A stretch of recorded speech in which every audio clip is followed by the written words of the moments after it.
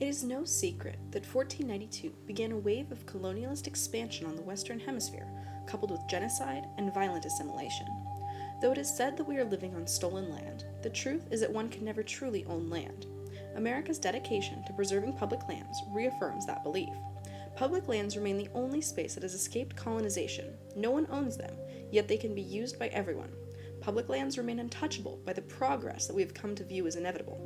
The capacity to mark the years only by the growth of trees and weathering of rocks makes them locations of true magic.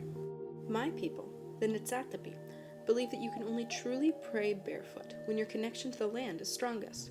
Asphalt, concrete, even a thin layer of sod does not connect us with the land that our ancestors walked on.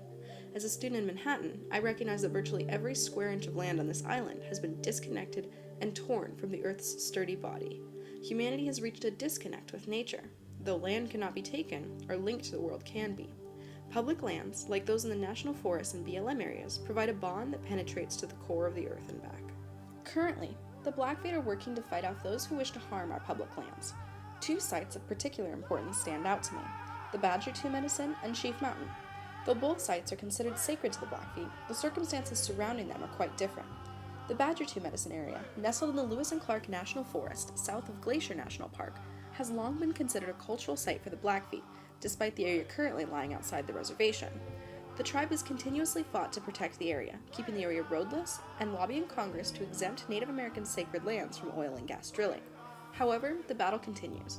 The holder of a lease granted 30 years ago has asked for permission to begin immediately drilling in the Badger 2 Medicine area. Though the Blackfeet and our allies will continue to fight, it is appearing that this is an issue that will only be resolved in the court.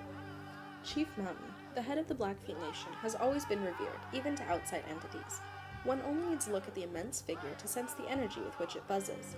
In the summer of 2013, the Blackfeet Tribal Business Council made public the fact that a lease had been signed earlier that year to begin drilling on the land surrounding the mountain.